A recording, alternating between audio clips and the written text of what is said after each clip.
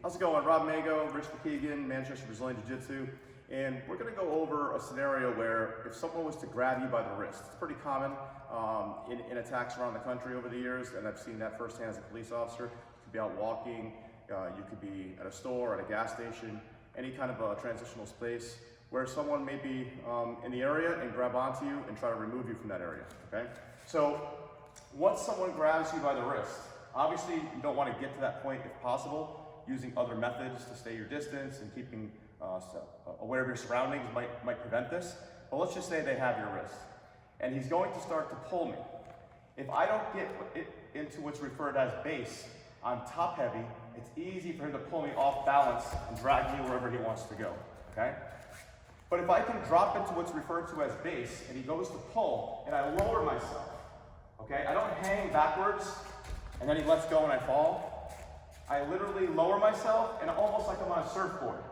And I want my head, an access point over my torso and my hips. And I want my legs, kind of like I said, like on a surfboard facing him.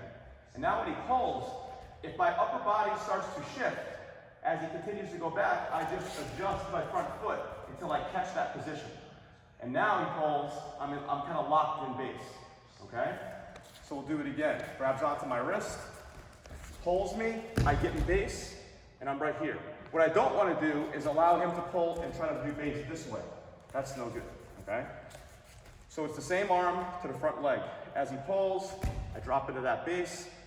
It's very difficult for them to, even if they're very strong, if you have this locked in, they might get you a few feet, but you'll eventually lock into your position, and it becomes almost not worth it for them. It's too time consuming. They're probably gonna drop and run. You can also utilize, maybe there's a curb or some other object that you can lock your foot against, and that gives you even a stronger base, okay? You just want to avoid, like I said, leaning back, because then they let go and you fall, okay? Once I'm there though, and I establish that base, if he's not letting go, I want to get my wrist back. So I'm going to basically take my hand. The hand will actually spin a little bit inside the grip, especially if they're sweaty, okay?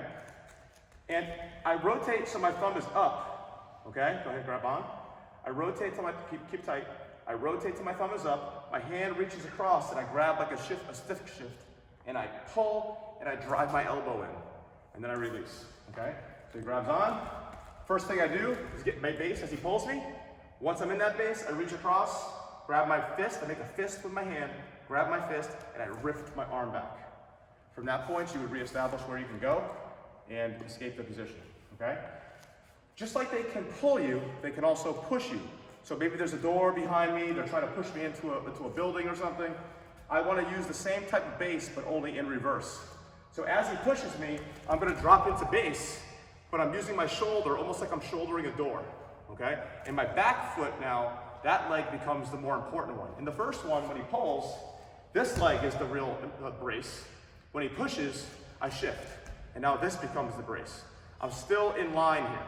If I was to take this push, go ahead and push. If I was to take this leg and move it over a couple degrees, I'm gonna get pushed over. Okay, so it's kind of like a kickstand. He pushes into me, I get into that base. He pulls, I get into that base. Push, pull. Yeah, release. Okay?